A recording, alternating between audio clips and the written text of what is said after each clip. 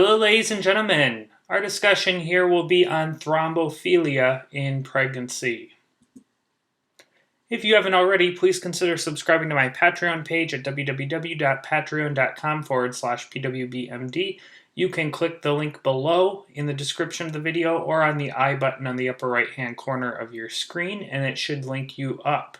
If you could consider chipping in $1 a month, a little bit goes a long way to help keep these videos free.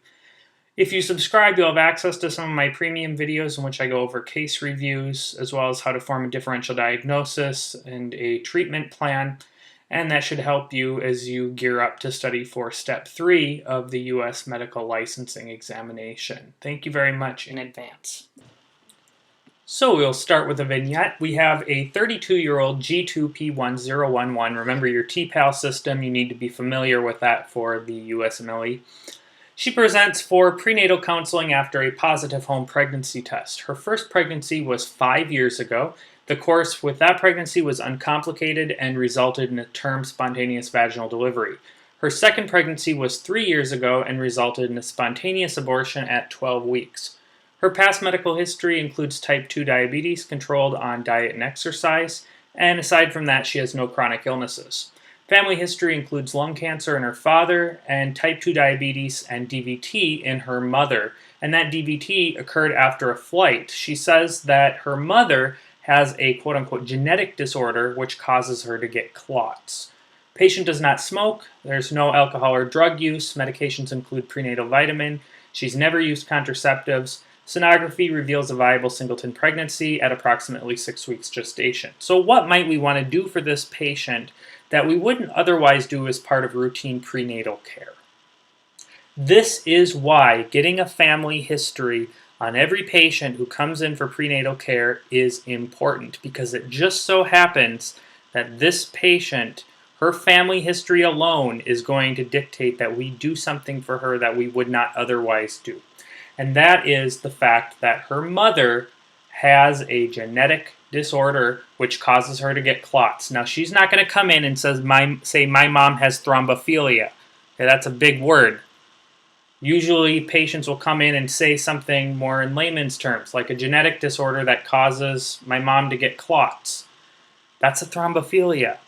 And in a patient who has a first-degree relative with thrombophilia, it is recommended that we test the patient for thrombophilia, because if in fact she has thrombophilia, then we need to treat her prophylactically for clots.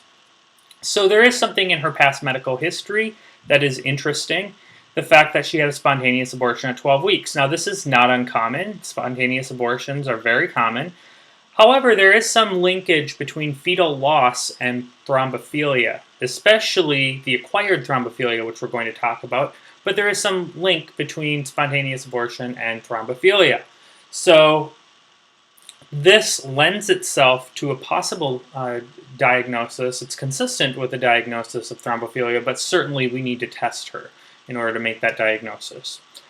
Of course, anytime a woman comes in for her first prenatal visit, we always want to make sure she's actually pregnant, and so we do a sonography. You can also, if you don't have access to sonogram, you can get a quantitative HCG. Really doesn't matter, but most women are going to want to see the baby and actually see it before they're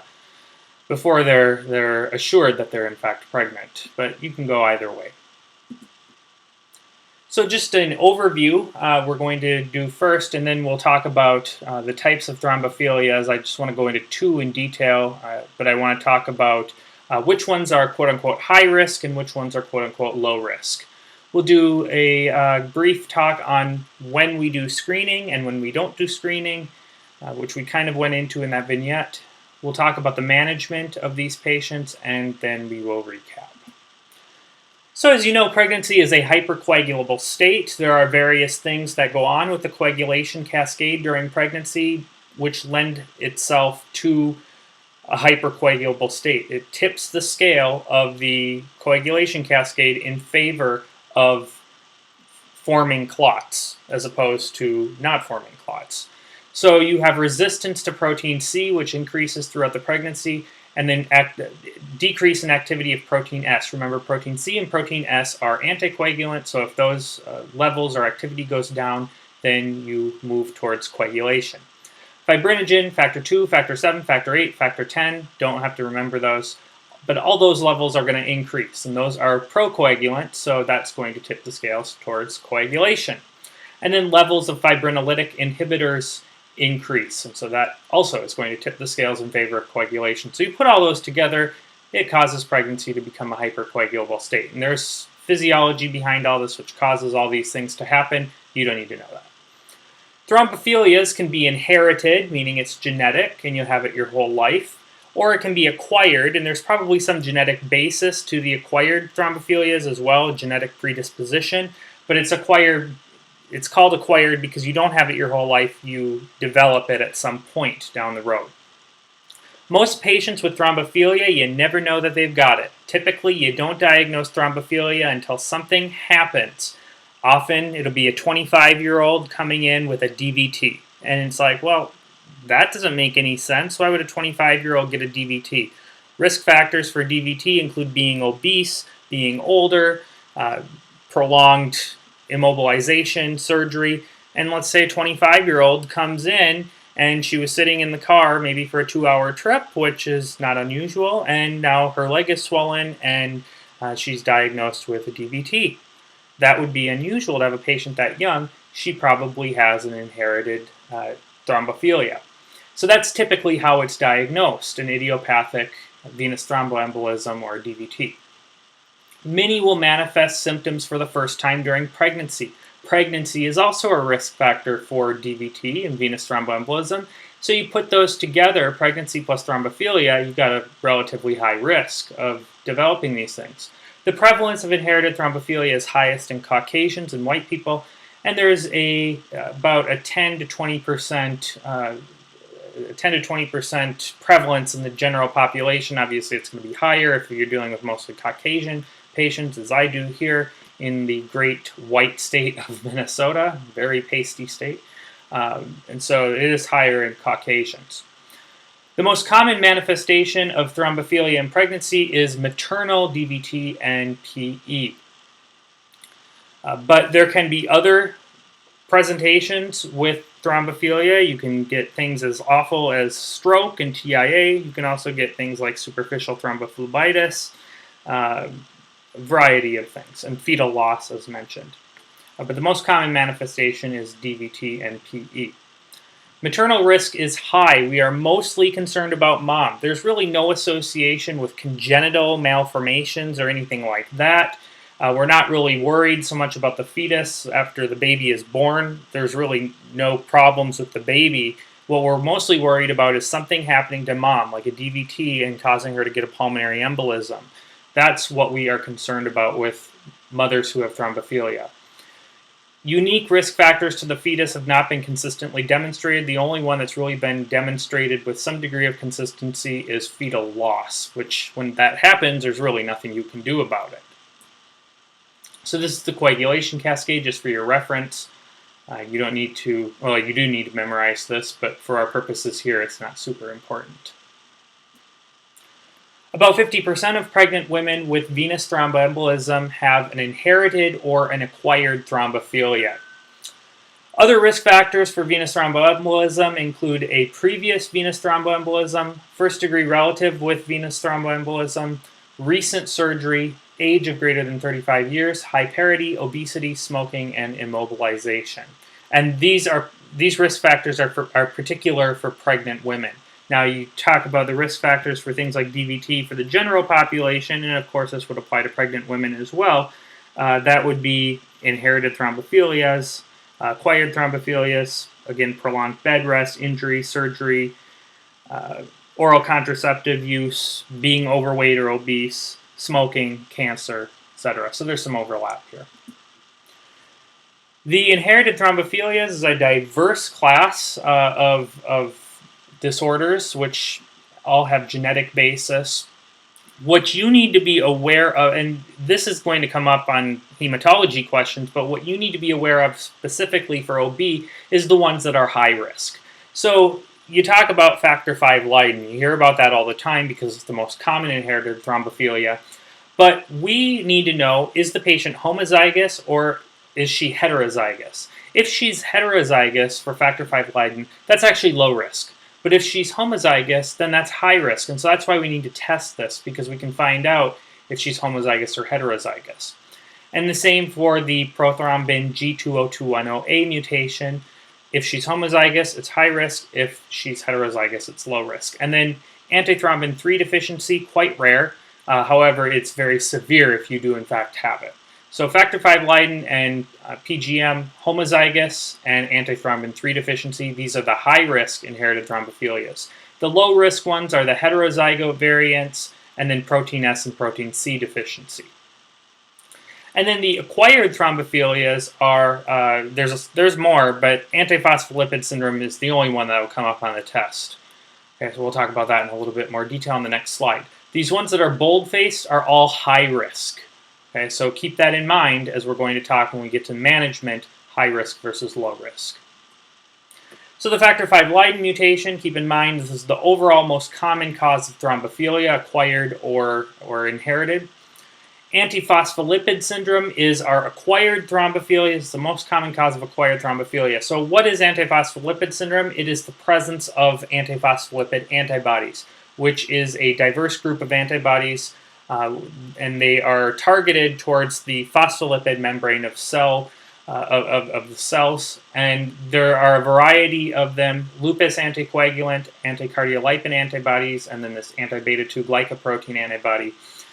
You actually, if you do a workup for this, I believe you will need to get all of these. You'll need to order them each individually. I'm not sure if they have a panel yet where you can just order the panel. I guess that really depends on your lab. So these antibodies are all antiphospholipid antibodies. So antiphospholipid antibodies is not a single antibody. It's a group of antibodies, a family of antibodies, so to speak. And if you have one of these present, then you are considered to have antiphospholipid syndrome.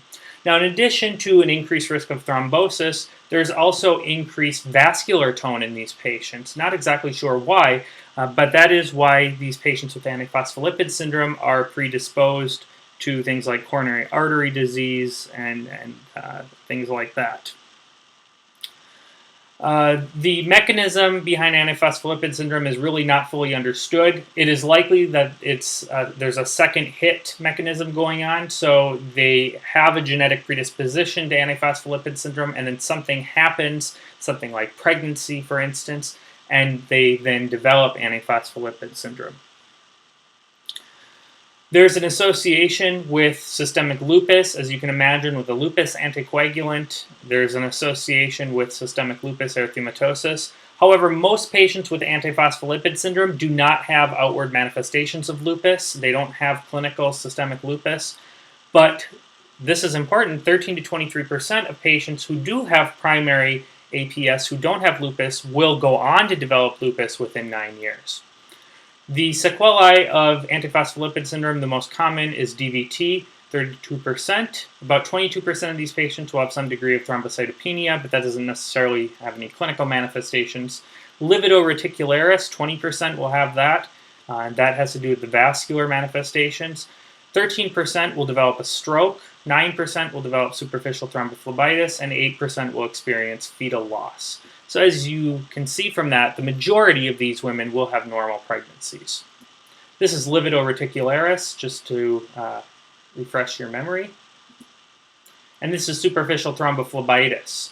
So this kind of looks like cellulitis, but it follows the track of a vein, and it's very, very painful, and a lot of times you will feel a palpable cord, and that's what's going to set it apart from cellulitis. It looks like cellulitis, it feels like cellulitis, but you feel a palpable cord, you would diagnose this with an ultrasound. So when do we do screening for thrombophilia? We don't do universal screening. However, screening is appropriate for women who fall into one of these two categories. If they have a history of idiopathic or recurrent venous thromboembolism. So let's say a woman got on a plane, she was going from New York to London. She got to London and she had a swollen leg, and then she needed to go to the hospital for that, and she was diagnosed with thromboembolism. That would be an example of an idiopathic thromboembolism, but we probably know that the cause was prolonged immobilization. Or if she has recurrent venous thromboembolism for any reason. And when I say venous thromboembolism here, I'm including DVT. It doesn't need to actually embolize. Or if she has a primary relative, first-degree relative, with a history of thrombophilia, or I should say here, an inherited thrombophilia. Okay, so that was our patient in the vignette. What should we test for? All the common things. Factor V Leiden mutation, prothrombin G2021A mutation, it's just PGM. Antiphospholipid syndrome, you'll get all three of those antibodies. Deficiency of protein C, protein S, you'll get levels of that. And antithrombin 3, even though it's rare, it's severe, so we need to catch it. And then some people will recommend getting homocysteine levels, but that's not that's not generally agreed upon. But these things are all recommended. Certainly you need to get factor V Leiden because that's the most common, and you need to get antiphospholipid antibodies because that's also relatively common. About 50 to 60% of patients with inherited thrombophilias will have one of these two things, factor V Leiden or prothrombin G2021A mutation. The rest, most of them are going to have protein C and protein S deficiency. Screening is not going to be appropriate on the grounds that the patient has had recurrent fetal loss, placental abruption, fetal growth retardation, or preeclampsia, because there really isn't much established evidence that links thrombophilia with these things. So the only time we get screening is if there's some kind of history of things consistent with thrombophilia, like DVT, either in the patient or in a primary relative. So what do we do to manage these patients? Well, our goal of management is to prevent the worst possible outcome. And the worst possible outcome is mom gets a DVT, that DVT embolizes, goes to the lungs, and causes a massive pulmonary embolism, which causes her then to die. That is the worst thing that could happen, and so what we want to do is prevent the DVT from forming in the first place, and we do that by giving anticoagulants. Now, what anticoagulant are we going to give her? Are we going to give her Coumadin, warfarin? Absolutely not. We never give warfarin to a pregnant woman because of its teratogenic potential. And if you get a question on the USMLE, what kind of anticoagulants are we going to give, it is very common to put warfarin in there and think, well, we should give warfarin. Well, first of all, you never want to give warfarin as the first anticoagulant. You always want to start out with heparin and then give that for a couple days and then overlap and then transition to warfarin. Warfarin is nice because it's oral, but we don't give that for two reasons. One, most importantly, it's teratogenic. Two, you don't start with warfarin ever. You always start with heparin and then give warfarin. Okay, so we give heparin to when we do anticoagulation for pregnant women. That's the only thing you're going to give to a woman who is pregnant. You never give warfarin to a pregnant woman. Now, do we give anticoagulation to everybody with thrombophilia? No. This is where that high risk and low risk comes into play. So we only give anticoagulation universally to the women with high risk thrombophilias. So that's going to be the ones who are homozygotes for factor V Leiden and PGM. And then those with antithrombin 3 deficiency, and then those with antiphospholipid syndrome. So those four thrombophilias, we give anticoagulation to all of them because those are high risk. Factor V Leiden homozygotes, PGM homozygotes, antithrombin 3 deficiency, and antiphospholipid syndrome. If they just have protein C deficiency and that's it, we don't give anticoagulation. Now, we do give anticoagulation for the low-risk thrombophilias if they have a history of DVT. So in the patient in our vignette, let's say that, well, her mom had a history of DVT and she had an inherited thrombophilia, but let's say that we get a panel on our patient and she's a heterozygote for factor V Leiden. She's low risk. She's a heterozygote. So we don't need to give her anticoagulants because she doesn't have a history of DVT. However, if she did have a history of DVT and she was a heterozygote, then we do give anticoagulation. So the better way to approach this is, who do we not give anticoagulation to? And we don't give anticoagulation to patients who are low-risk thrombophiliacs who don't have a history of DVT. So now, if you have a patient who's already on anticoagulation therapy, then you can up the dose. However, that's more the domain of a hematologist, so I would not feel comfortable dealing with that in a primary care setting. So you should probably refer those patients. Daily aspirin has been recommended in conjunction with low molecular weight heparin. That has been suggested, so you don't necessarily need to do that. But it's been suggested to give aspirin in conjunction with low molecular weight heparin or subcutaneous heparin. Anticoagulation therapy needs to be discontinued at the onset of labor. Why do we want to discontinue anticoagulation at the onset of labor? Because we want to reduce the risk of postpartum hemorrhage, which can be a seriously devastating problem. So we stop anticoagulation therapy when labor starts, but then we restart it 4 to 6 hours after vaginal delivery or 6 to 12 hours after a C-section. You don't need to remember that for USMLE.